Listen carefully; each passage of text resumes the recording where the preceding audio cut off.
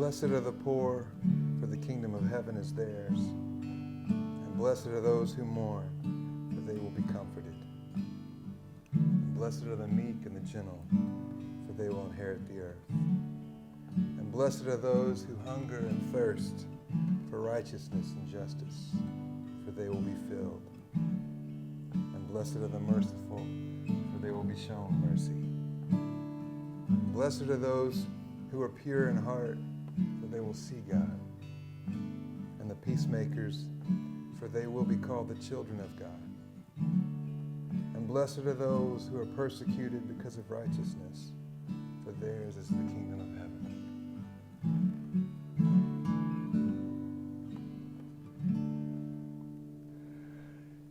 The Beatitudes are from the beginning of the Sermon on the Mount, and the classic kind of thing that we know from them is from Matthew 5. And whenever anything happens on a mountain in the Bible, it's really important. Like, we should take note. And so, there's Moses, and he's given the law, and it's like the Sermon on the Mount is kind of like Jesus as a new Moses, giving us a new kind of like law or new way to live. And he starts with these announcements of upside down blessing. So one theologian says that these are the surprising God bless yous to those in God awful situations.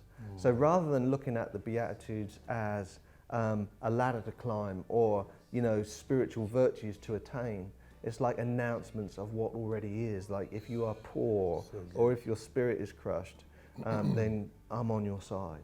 Like, if you are brokenhearted, if you're grieving, if you've lost someone close to you, or if there's the grief of change, like children going off to college or a relationship ending, if we let ourselves mourn, our comfort will come.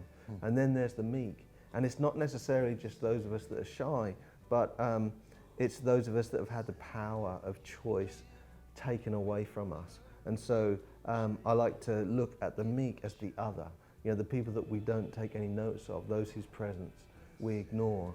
And then there's those that hunger and thirst for justice and righteousness. It's kind of like, what do you ache for yourself and for others? And so, they're kind of announcements of poverty and lack, okay, where something's missing. And so God says, I'm on your side, I'm with you. That's the blessing. And then there's this invitation to show mercy and to be kind. And sometimes these announcements are for ourselves, to show ourselves mercy, to show ourselves kindness. And there's always an invitation. If what is offered to us is presence, then there's an invitation to be present to others too. So we show mercy to others, and as we do that, we are shown mercy. And so, and then there's the pure in heart.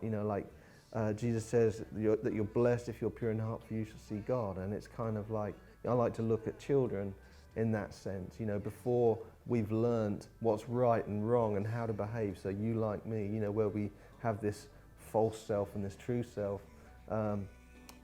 Children have this wonderful way of just showing you who they are, having a tantrum one minute and snuggling in your neck the next. And so it's not about behavior, but it's about having our eyes remade for that kind of wonder and mystery, and remaking our heart. And so blessed are the peacemakers. It's not those who take sides, but those who have found another way. And so it's upside down, and it's kind of subversive. And, to be a peacemaker, you're saying, if you're diminished, I'm diminished. And if I'm diminished, you're diminished. And so let's find a way of meeting in the middle and working together. And then, if we live by these set of rules and this set of invitations, our allegiance will be tested. And so it's not surprising that Jesus then says, you're blessed if you're persecuted.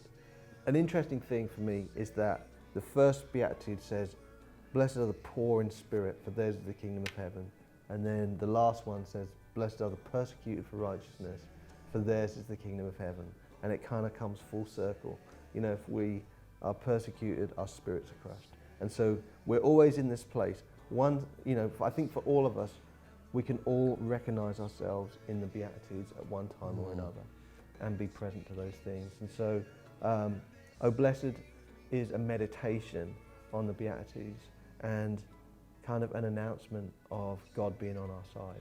Well, I want to just thank you, Stu, for bringing me into this project. I feel so honored that you approached me and asked me to write a song with you on it. Thank you. I And, feel honored. I know you've been carrying this in your heart for a while, and I personally, the whole theme around blessings and the Beatitudes is something that is sort of a life message of mine as well.